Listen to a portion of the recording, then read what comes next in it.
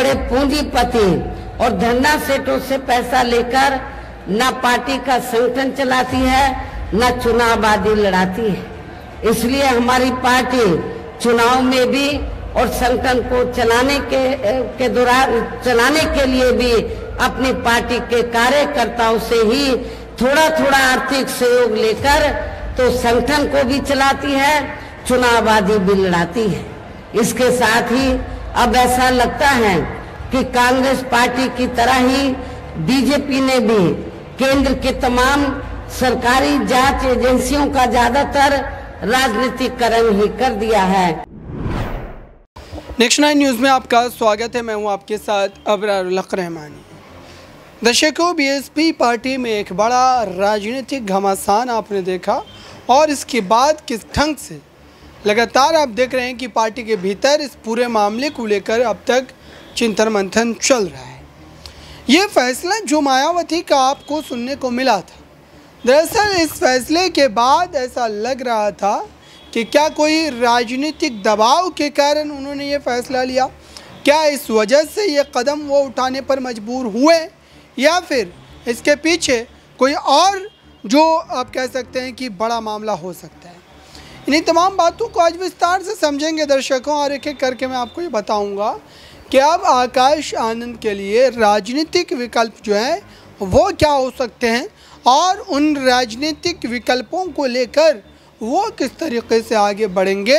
साथ ही उत्तर प्रदेश की राजनीति में बीएसपी पार्टी का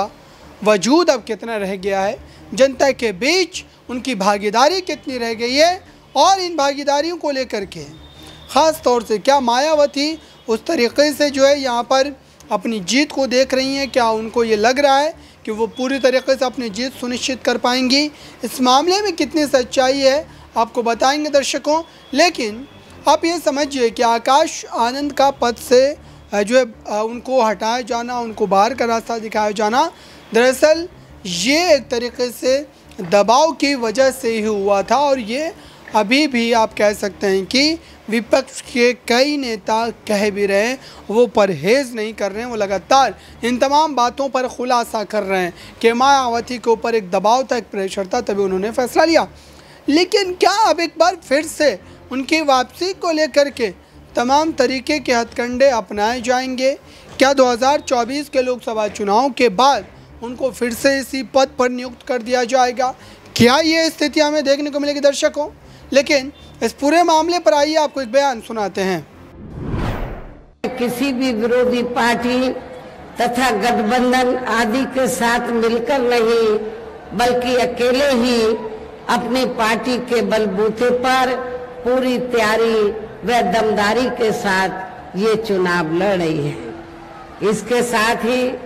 हमने टिकट बंटवारे के मामले में भी सर्व समाज के लोगों को उचित भागीदारी दी है, जिनको कामयाब बनाने के लिए अपनी पार्टी के लोग पूरे जी जान से लगे हुए हैं। हालांकि आज यहाँ आपकी इकट्ठा हुई अपार भीड़, वह भीड़ के जबरदस्त जोश को भी देखकर अब मुझे भी ये काफी हद तक भरोसा हो गया है कि पिछली बार की तरह इस बार भी आप लोग अपने प्रदेश से यहाँ लोकसभा चुनाव में अपनी पार्टी का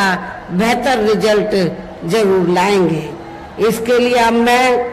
आप लोगों का ध्यान को जरूरी बातों की तरफ दिलाना चाहती हूँ, और इस संबंध में मैं विशेषकर कांग्रेस, बीजेपी व इनके अन्य सभी सहयोगी दलों के बारे में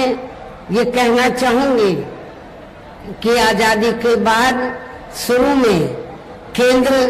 व देश के काफी राज्यों में भी ज्यादातर सत्ता यहाँ कांग्रेस पार्टी के ही हाथों में केंद्रित रही है, किंतु इनकी अधिकांश मामलों में रही गलत नीतियों एवं गलत कार्य प्रणाली आदि की वजह से ही फिर इस पार्टी को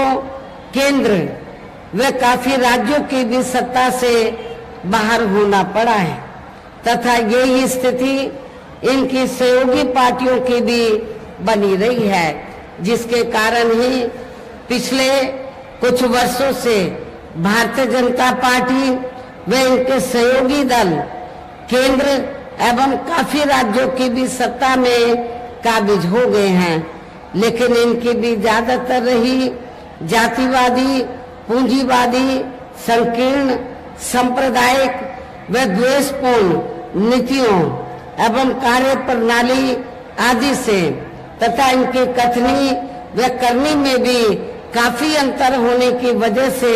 अब ऐसा लगता है कि इस बार ये पार्टी भी यानी कि भारतीय जनता पार्टी भी केंद्र की सत्ता में आसानी से वापस आने वाली नहीं है। बस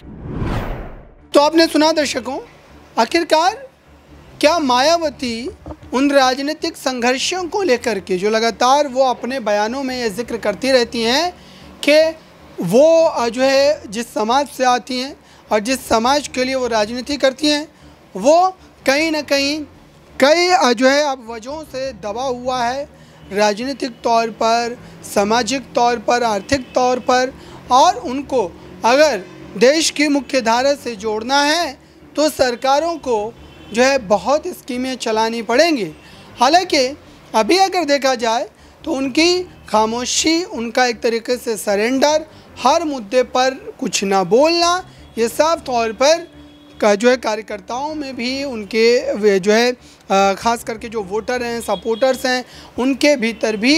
एक जो है शक की गुंजाइश पैदा करता है। हालांकि कई लोग ऐसे हैं जो आपको मिल जाएंगे कि अरे मायावती जो है ऐसी नहीं है, वैसी नहीं है, भाजपा को फ़ायदा नहीं पहुंच रहा है उनकी वजह से, इस तरीके की बातों को कहते हुए सुन जाएंगे। लेकिन जो हकीकत है और जिन बातों को गंभीरता से समझने की ज़रूरत है उसको समझना भी चाहिए और उसको लेकर के सीधे तौर पर मामले को जो है